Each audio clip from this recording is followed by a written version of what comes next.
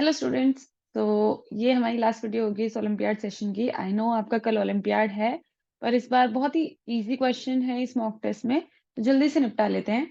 पहला क्वेश्चन है कि एक चाइल्ड झूले से झूल रहा है, सिटिंग पोजीशन में है ना। तो इसके बाद वो खड़ा हो जाता है, तो जो स्विंग का टाइम पीरियड है वो किस तरह से चेंज होगा। अच्छा, इसमें कॉन्सेप्ट क्या है कि ये आपका मान लो यहाँ से आपकी स्विंग सस्पेंडेड है, राइट। तो जो इसका टाइम पीरियड है ना, ये इक्वल होता है to root 2 pi root L over GK. L being the length of like the distance between center of mass and the point of suspension. तो यहाँ से आपका झूला सस्पेंडेड है, पहले बच्चा बैठा हुआ था, तो इसका जो सेंटर ऑफ मास था इट वाज समवेयर हियर, तो यहाँ पे L की वैल्यू ज्यादा थी। ठीक है, अब बच्चा खड़ा हो गया है, तो खड़े होने की वजह से उसका सेंटर ऑफ मास थोड़ा सा ऊपर शिफ्ट हो जाएगा, ड्यू टू विच उसकी एल डैश की वैल्यू कम हो जाएगी। अब क्योंकि टी और एल डायरेक्टली प्रोपोर्शनल है, तो अगर एल डैश की वैल्यू कम हुई तो हमारी टी की वैल्यू भी कम होगी, तो यानी कि the time period would decrease. Next, for an oscillating pendulum of fix length which of the following is true. आपने लेंथ फिक्स कर दी है, तो frequency depends on amplitude of oscillation, frequency and time period are not related. ये तो बिल्कुल ही गलत बात है, फ्रीक्वेंसी और टाइम पीरियड तो बिल्कुल रिलेटेड होते हैं। Time period depends on the amplitude of oscillation, frequency and time period are related and do not depend on amplitude of oscillation.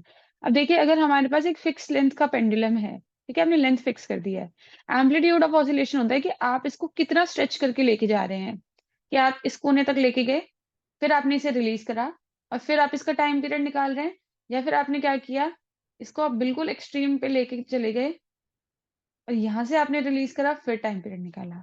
अब एक बात आपको याद रखनी है कि टाइम पीरियड आपके एम्पलीट्यूड पे डिपेंड नहीं करता।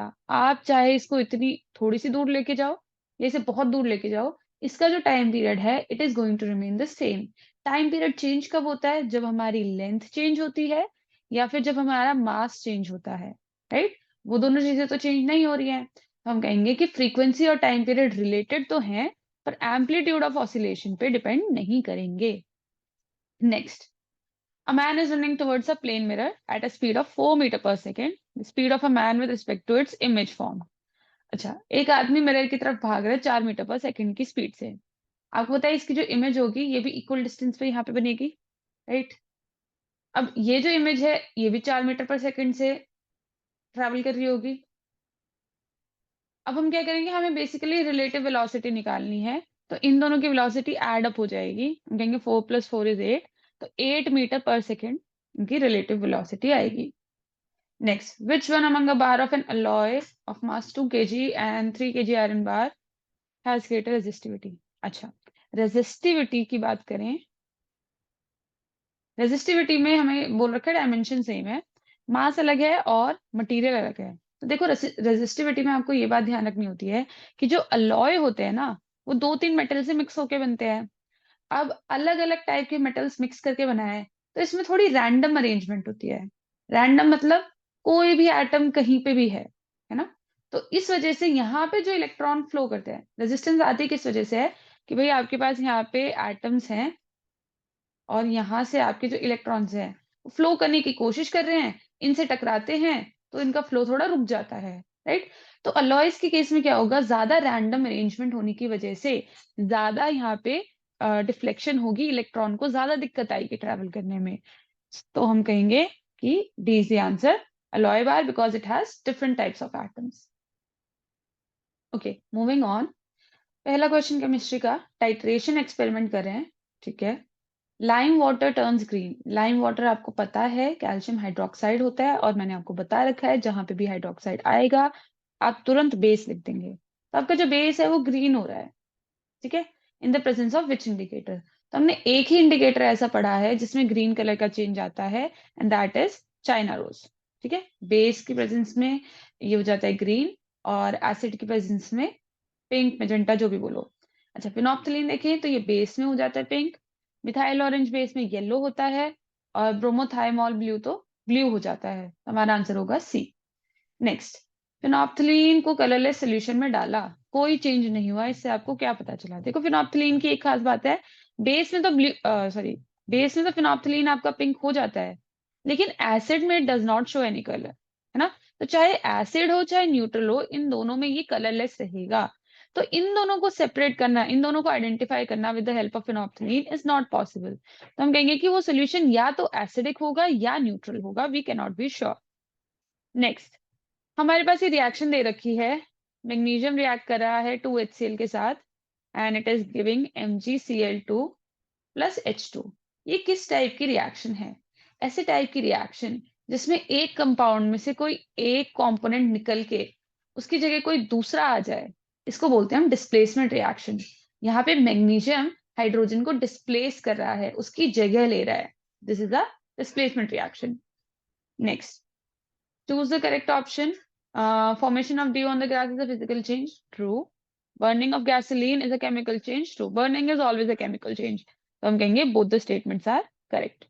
Next. Buju visited a forest with his classmates.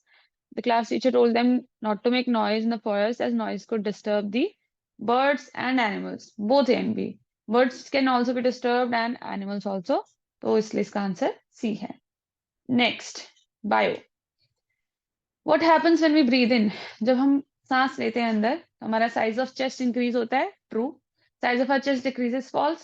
Carbon dioxide is removed. नहीं, वो तो एक्सहेलेशन में होती है। Air enters our lungs. True. तो फर्स्ट एंड फोर्थ कौन सा है? First and fourth are correct, तो हम कहेंगे B. Okay, next question. Heart beat is initiated by, इसका आंसर आएगा एसए नोड। एसए नोड मतलब आपका साइनो एट्रियल नोड। ये आपके टिश्यूज होते हैं, जो कि आपके नोडल टिश्यूज होते हैं, जो कि राइट ऑरिकल में पाए जाते हैं। ये नर्व इम्पल्सेस जनरेट करते हैं, जिससे आपका जो हार्ट है वो कॉन्ट्रैक्ट होना शुरू होता है। तो you need to remember that it is SA node. Then read carefully the terms given below, which combination of organs do not carry out any digestive functions. अच्छा देखो, बकल कैविटी तो डाइजेशन में help करती है। Mouth में break down हो जाता है हमारे स्टार्च का, ये नहीं होगा, ये भी नहीं होगा। अच्छा, स्मॉल इंटेस्टाइन तो ऑब्वियसली काम ही स्मॉल इंटेस्टाइन का है सारा डाइजेशन में, तो ये भी नहीं होगा। This is our answer. Oesophagus this carries the food. Large intestine absorption में हेल्प करती है, जो भी वाटर वगैरह का एब्जॉर्प्शन है। Rectum to excrete out the waste. Next, term is use for mode of nutrition in Agaricus and Rhizopus. आपको पता है राइजोपस एक सेप्रोफाइट है, saprophytic. Fluid portion of the blood is called as plasma. Plasma fluid होता है जिसमें आपके RBCs, डब्ल्यूबीसीज and platelets suspended होते हैं। तो आई होप आपको आज का वीडियो हेल्पफुल लगा हो, and all the best for your olympiad tomorrow, and I will see you in the next one. Thank you.